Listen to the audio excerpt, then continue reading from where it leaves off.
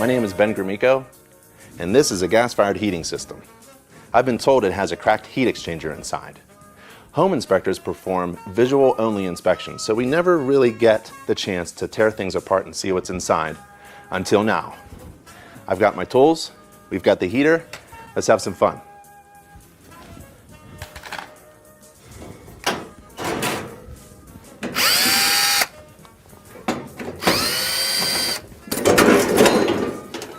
So we have the gas valve here, mechanism.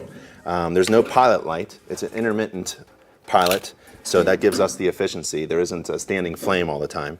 There's no button to push down. It's simply an on and off switch here. And there's where the gas comes through, and it goes through these little ports here.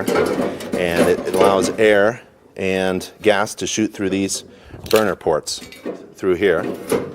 And here's gas supplied from the main valve to the pilot light right there. And it's on the middle burner. So there's the intermittent pilot light and sensor. Let's just keep pulling these components out. The burners simply slide right out. And here's where the crossover is, the bridge. So the flames shoot in, ignite, and then the flames cross over from one burner to the next. And I'll get my flashlight to see what's inside.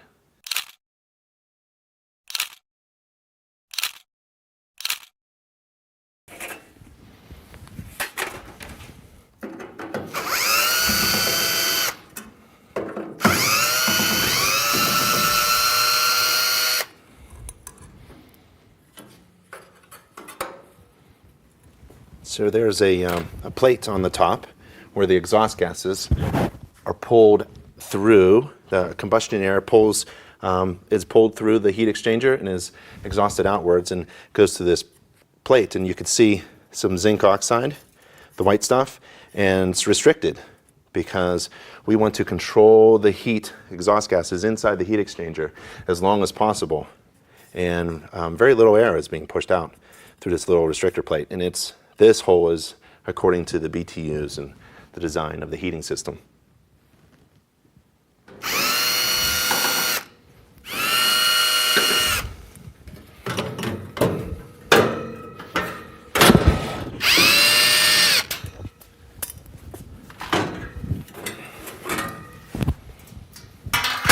Take off that front cover. There's a draft inducer fan pulling combustion air through the heat exchanger. It serpentines up through, and we could take this off here, but I can see the blades of the fan that are spinning through there. And there's an arrow showing the exhaust direction. So you know that it's not a forced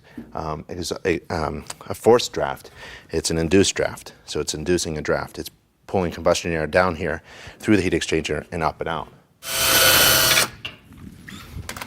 And this is the draft inducer fan. Well, we've got some like insulation material for a nice airtight seal. And there's the fan here.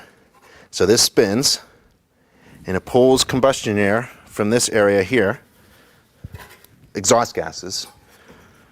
Oh, and it's hooked up to these sensors. So we have these sensors here and these tubes. There's air tubes, so there's pressure.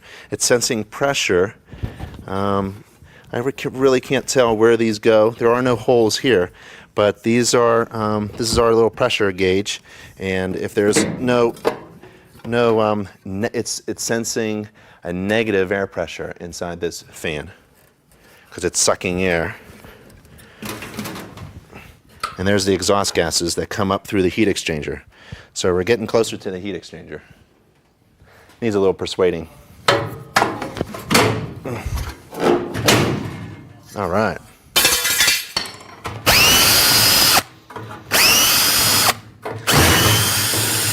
So this is some kind of front to the heat exchanger where the exhaust gases are coming up from the three chambers, and it's centralizing it. And this is where the draft inducer fan was attached. So it's pulling all three. So there's the heat exchanger there, and I'll get my flashlight and take a look in. Before we get there, let's see if we can pull out some of the sides of the jacket. What I'm finding out is that there are a lot of screws to take out, but we're getting progress.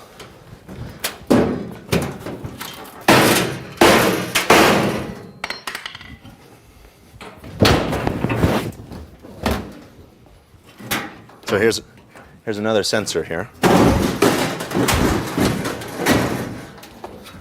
So on the side, there's another sensor we have, sensing the pressure inside the heat exchanger or the pressure, air pressure inside the draft inducer fan.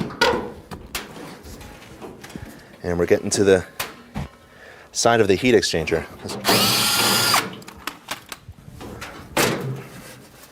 Oh, wow. Great. Let's open this up.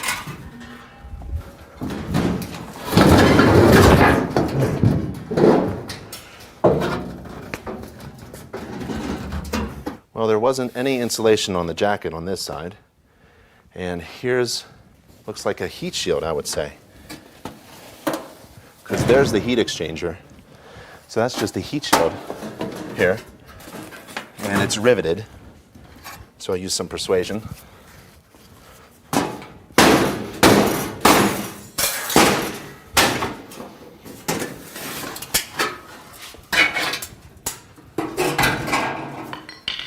And here's the heat exchanger. Here's the dark mark. This is an indication of some overheating, some thermal expansion. And right here is a crack in the heat exchanger. Amazing.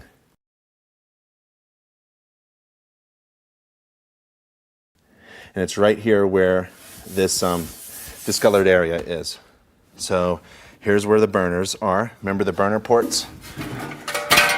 They go inside there. The flames come up.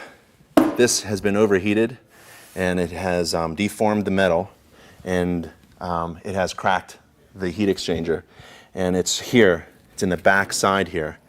There is no way you could visually see this. So be careful what you say about the heat exchanger as a home inspector. There's no way you can see this without tearing it apart. And here comes the heat exchanger.